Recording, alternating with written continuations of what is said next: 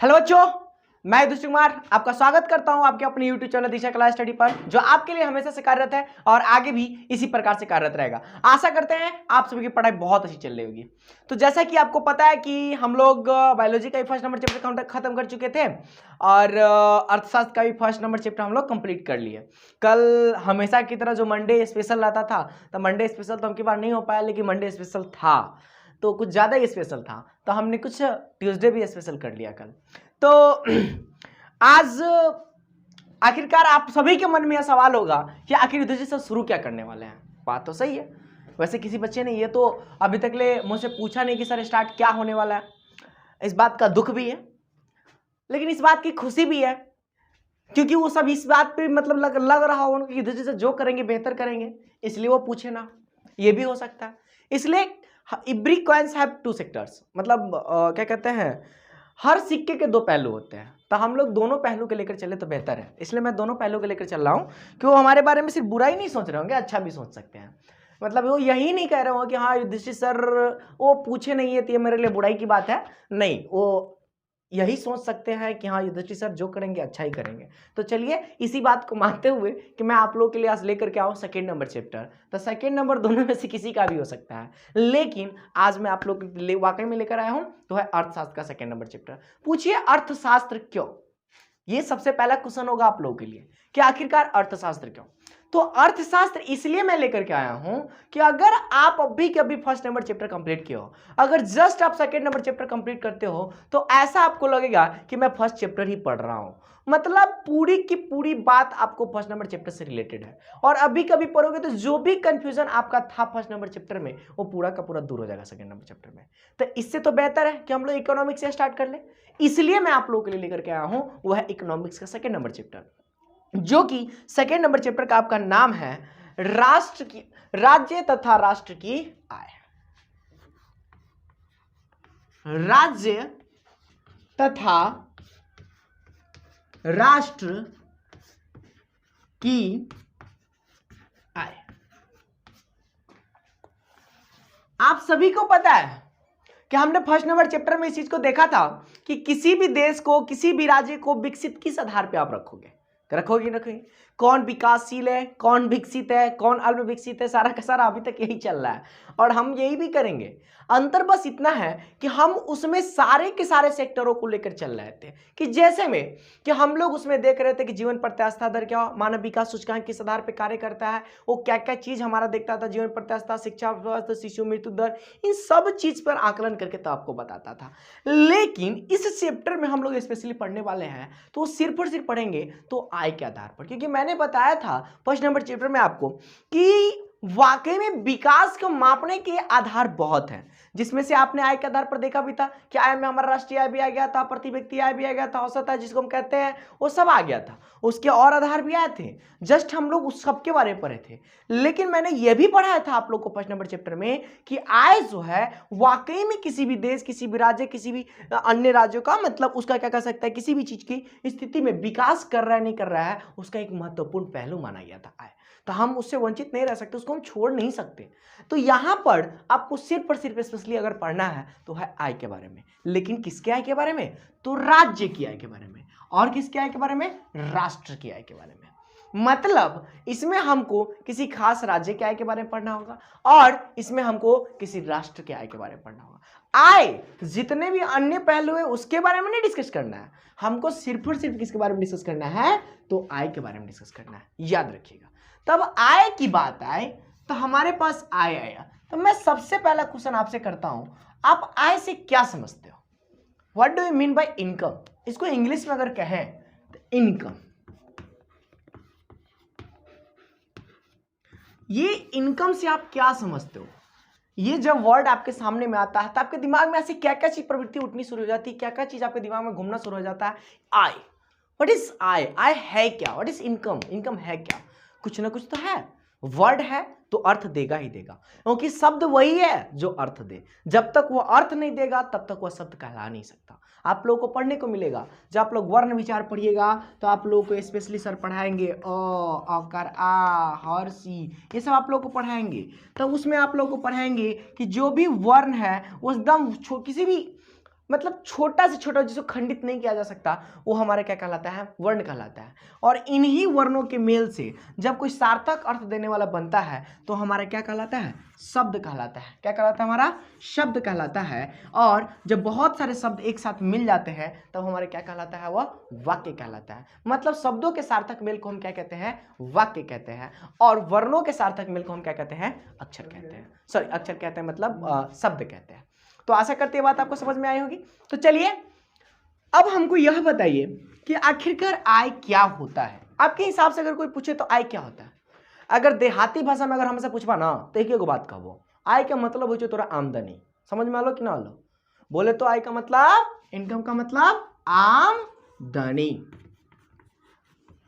एक मूवी बड़ी अच्छी है, गोविंद जी का है, गोविंदा जी का। गोविंद जी कहते तो कुछ और भगवान के बातें आता है, लेकिन गोविंदा कहते तो डायरेक्ट सीधे बॉलीवुड के सेक्टर में हम लोग को याद आ जाता है, जो 1980 के समझ में अपने समय के राजा ही थे, कहने का मतलब बादशाह थे फिल्म की दुनिया में। चलिए, तो उनका एक मूवी का नाम था आमदनी अट्ठनी खर्चा रुपया। बहुत ही अच्छे से एक्सप्लेन किया गया, मजा आता है मूवी देख करके। चलिए जो भी हो, आमदनी, आखिरकार आमदनी क्या होता है। अच्छा एक बात बताइए, फर्स्ट नंबर चैप्टर में आपको बताए थे कि आर्थिक क्रियाकलाप, एक वर्ड आया था, हमने बताया था आप लोगों को, क्या, आर्थिक क्रियाकलाप। आर्थिक क्रियाकलाप, तो ये आर्थिक क्रियाकलाप पर मैंने आपको बताया था कि वे सारे के सारे कार्य जो अपने जीवन को बिताने के लिए वो व्यक्ति करते हैं और कुछ धन की प्राप्ति करते हैं, वह उनका आर्थिक क्रियाकलाप कहलाता है। इस सब के बारे में पढ़े थे। अब आइए मैं आपको आय के बारे में बताता हूं, लेकिन याद रखिएगा इसका हम सहायता जरूर लेंगे। इसीलिए मैंने बोला कि सेकेंड नंबर चैप्टर इकोनॉमिक्स के स्टार्ट करने का पीछे का कारण यह है कि जब आप सेकेंड नंबर चैप्टर पढ़ोगे तो फर्स्ट नंबर के जितने भी आप लोग नहीं समझ में आशा करते सब बात तो समझ में आएगी होगी, लेकिन एक तरह से फर्स्ट नंबर चैप्टर का रिवीजन तक हो जाएगा उसमें। तो जो कंसेप्ट आपका उसमें नहीं समझ में आया, जो आप मुझसे पूछ नहीं पाए, जो अभी दिक्कत है, जो आप नए नए हैं, उस सबको इसमें दिक्कत नहीं होगी, वो सारा का सारा चीज समझ में आ जाएगा। और जो बच्चे न्यू है जो हमारे साथ जुड़े हुए हैं, उनसे अनुरोध है प्लीज जाकर के आप चैनल को सब्सक्राइब कीजिए, और प्लेलिस्ट में आपका मेरा पूरा का पूरा लेक्चर रखा हुआ है, आप जाकर देख सकते हैं। तो पिछला क्लास देख लीजिए। लेकिन हाँ, फर्स्ट नंबर चैप्टर जिन्होंने भी देखा होगा उनको बहुत अच्छे से ये चैप्टर समझ में आएगी। ऐसी बात नहीं कि जिन्होंने नहीं देखा उनको नहीं समझ में आएगी। लेकिन एक ही बात कि मतलब जिनको अच्छे तरीके से अगर समझना है तो उनको पिछला वाला लेक्चर देखना ही चाहिए। तो चलिए अब स्टार्ट करते हैं कि आय होता क्या है।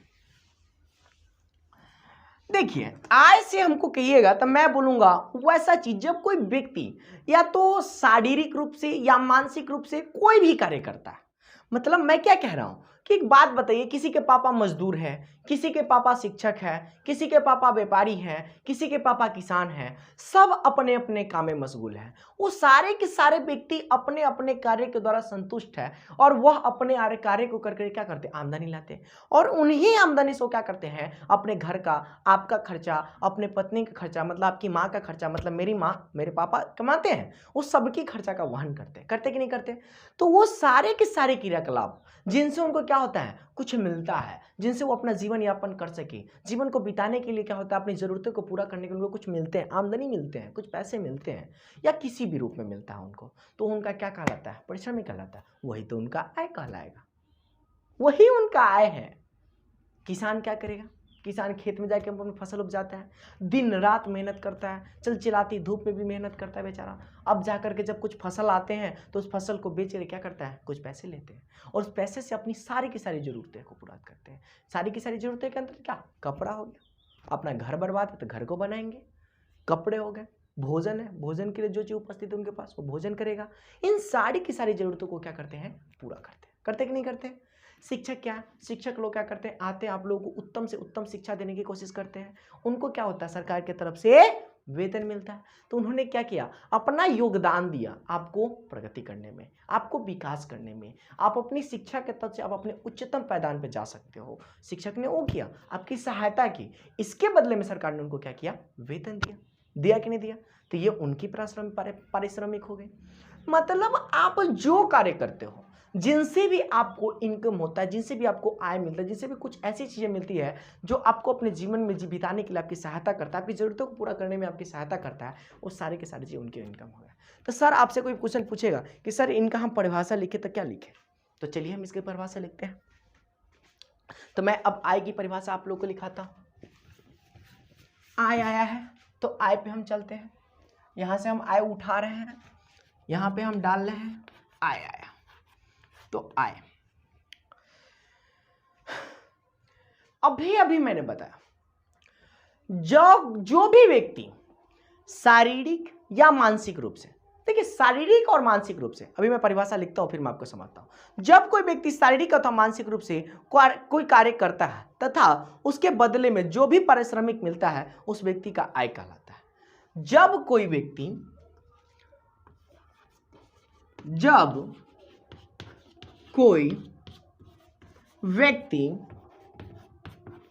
शारीरिक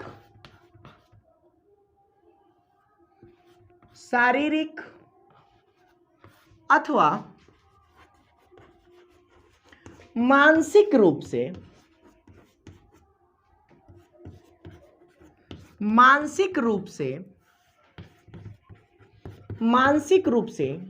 कोई कार्य करता है और उसे उस कार्य के लिए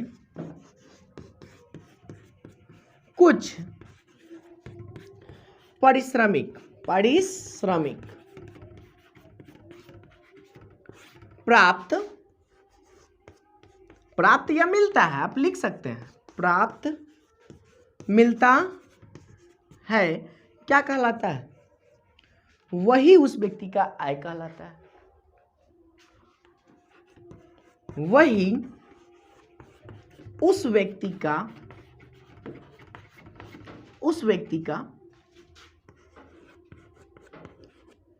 आय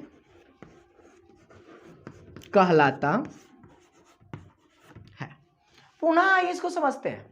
मैंने क्या बोला? जब कोई व्यक्ति, चाहे कोई भी हो, इस संसार में जितने भी व्यक्ति मैं उन सबकी बात कर रहा हूं, ना तो मैं पर्सनली अपने घर की बात कर रहा हूं, ना तो मैं आपके घर की बात कर रहा हूं, ना तो मैं अपने इस राज्य की बात कर रहा हूं, ना तो मैं अपने देश की बात कर रहा हूं। इस पूरी की पूरी ब्रह्मांड में जितने भी लोग हैं, इस पूरे के पूरे यूनिवर्स में जितने भी लोग हैं आपके पास, उन सारे के सारे व्यक्तियों के मैं बारे में बात कर रहा हूं।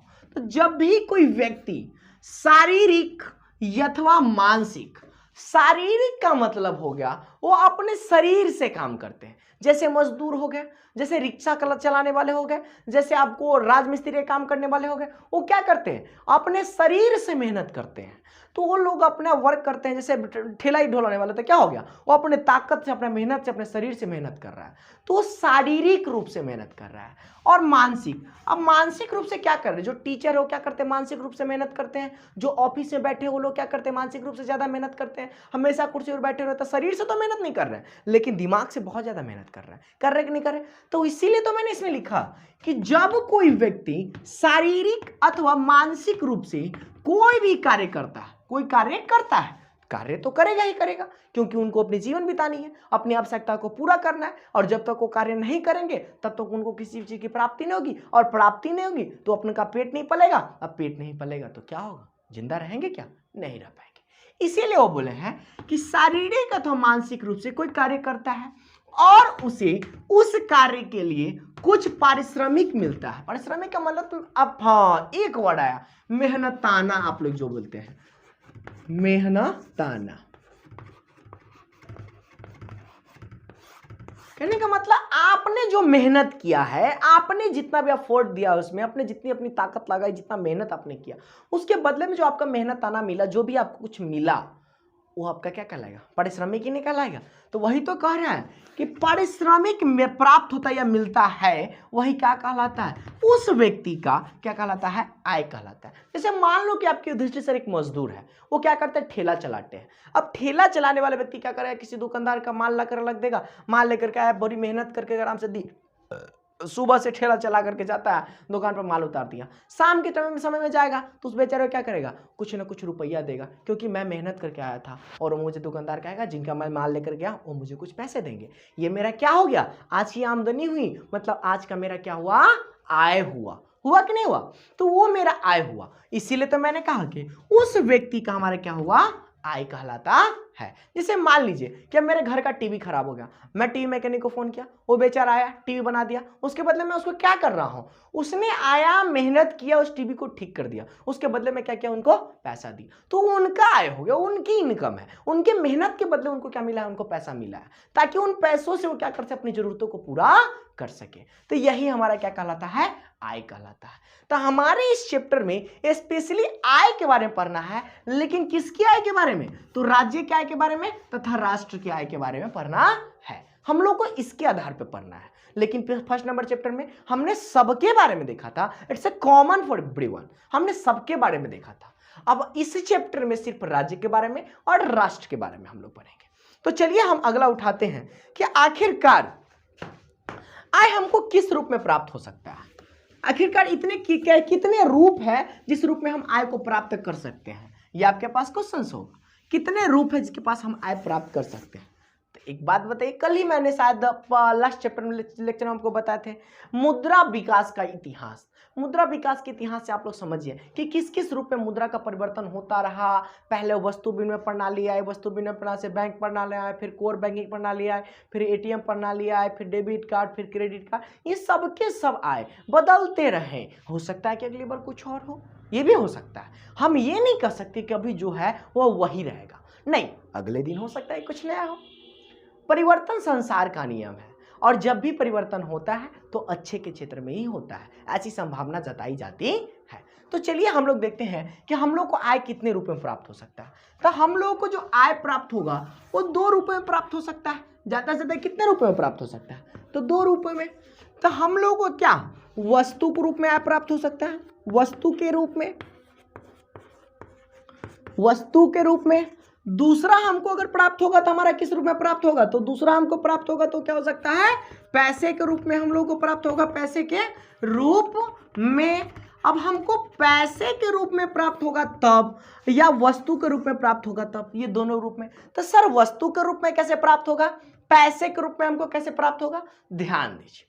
अब एक बात बताइए कि अगर हम सबसे पहले पैसे के रूप में समझते हैं, अभी मैंने एक एग्जांपल लिया था बहुत ही अच्छा सा, कि मान लीजिए जो टीवी मैकेनिक आया था, और टीवी मैकेनिक आकर के मेरे उस टीवी के जितने भी प्रॉब्लम्स थे उसको सॉल्व किया और उसने उसके कार्य किया और टीवी मेरा अच्छा चलने लगा।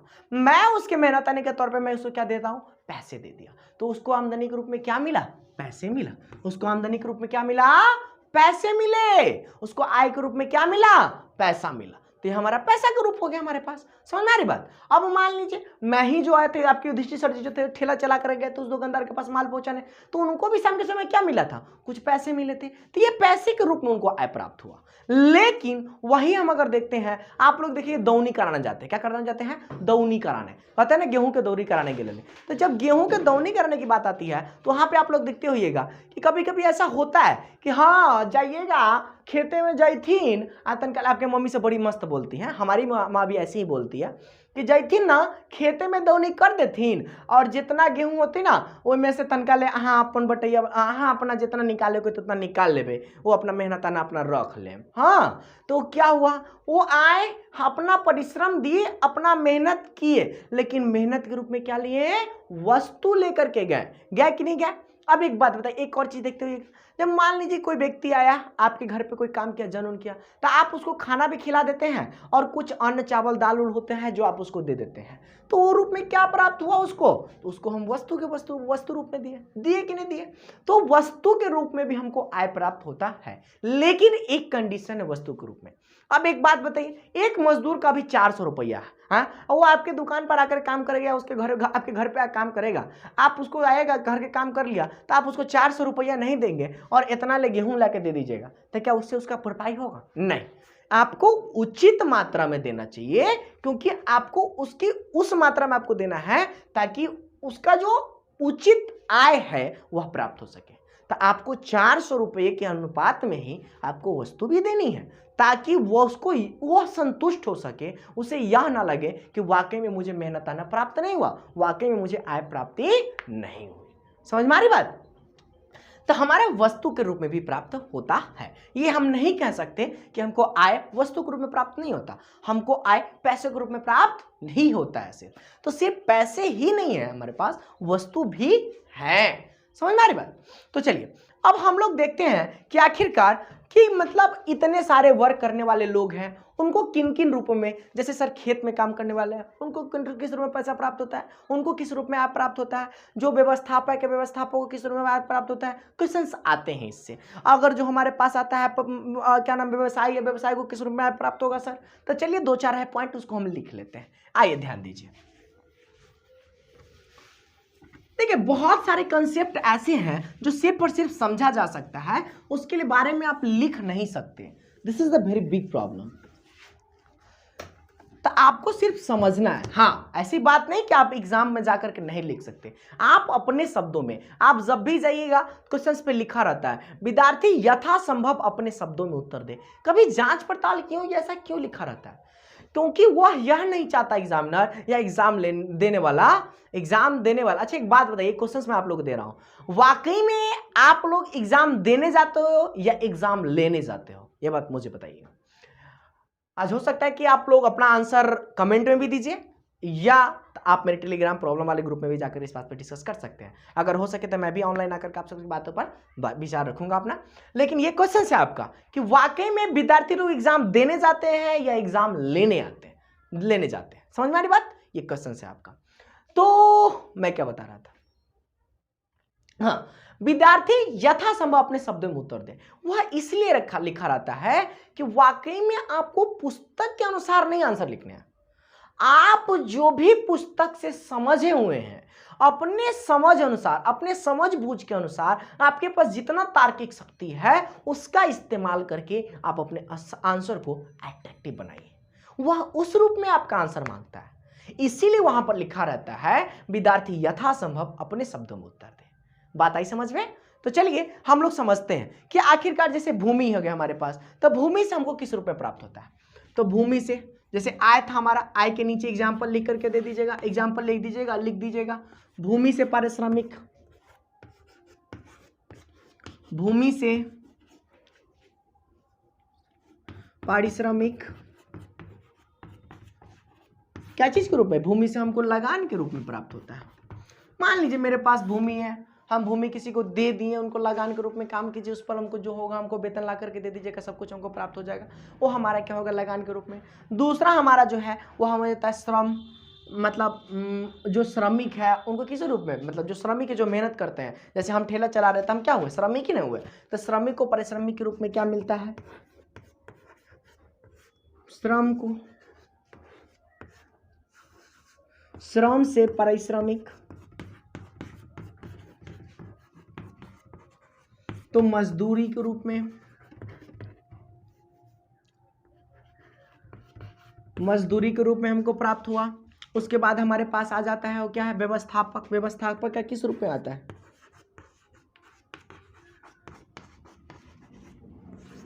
व्यवस्थापक या शिक्षक, आप दोनों बात कर सकते हैं। व्यवस्था से हमको पारिश्रमिक,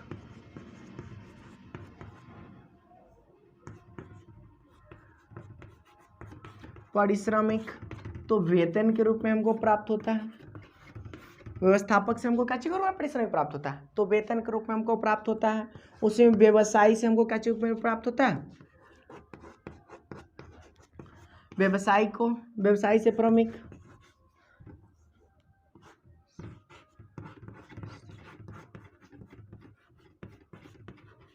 व्यवसायिक से पारिश्रमिक हमको क्या चीज के रूप में प्राप्त होगा? लाभ या हानि के रूप में, लाभ या हानि के रूप में, हानि के रूप में। ठीक है, तो हमको लाभ या हानि के रूप में प्राप्त होता है। तो चलिए हम लोगों ने देख लिया कि भूमि से पारिश्रमिक हमको लगान के रूप में प्राप्त होता है, श्रम से पारिश्रमिक क्या चीज के रूप में प्राप्त होता है? मजदूरी के रूप में प्राप्त होता है। व्यवस्थापक से पारिश्रमिक किस रूप में प्राप्त होता है? वेतन के रूप में प्राप्त होता है। और व्यवसाय से पारिश्रमिक किस रूप में प्राप्त होता है? लाभ या हानि के रूप में। क्योंकि आप भी जानते हैं भूमि पर हम क्या लगा सकते हैं? तो लगाने के रूप में हमको पारिश्रमिक प्राप्त हो सकता है। अगर हम देखें श्रम, श्रम का मतलब जो मजदूर है वो अपना श्रम लगाते हैं, अपना मेहनत करते हैं, मेहनत के लिए उनको क्या चाहिए प्राप्त होगा, तो मजदूरी के रूप में उनको प्राप्त होगा। जो व्यवस्थापक है मतलब जो बड़े बड़े फैक्ट्री जो चला रहे हैं उनके नीचे जो कर्मचारी करते हैं तो वो क्या करते हैं, जब बैटरी जैसे मतलब हम लोग कोई संस्था चला रहे हैं, संस्था के अंदर क्या चाहिए प्राप्त होगा, वेतन के रूप में प्राप्त होगा। अगर कोई व्यवसायी अपना दुकान खोल कर रखे हुआ है तो वो क्या करेगा, अपना उसको लाभ या हानि के रूप में उसको प्राप्त होगा। समझ में आ रही बात। तो ये हमारा इस रूप में लगा आय प्राप्त होता है। आपसे क्वेश्चन पूछ देगा भूमि से किस रूप में पारिश्रमिक प्राप्त होता है, तो लगान के रूप में। आपसे यह भी क्वेश्चन पूछ देगा व्यवस्थापक से किस रूप में पारिश्रमिक प्राप्त होता है, तो आपका होगा वेतन के रूप में। ये खास करके पूछेगा कि व्यवसाय को किस रूप से प्राप्त होता है, व्यवसाय से किस रूप में पारिश्रमिक प्राप्त होता है, तो लाभ या हानि के रूप में। तो चलिए आय का हमारे पास ये हम लोग देख लिए।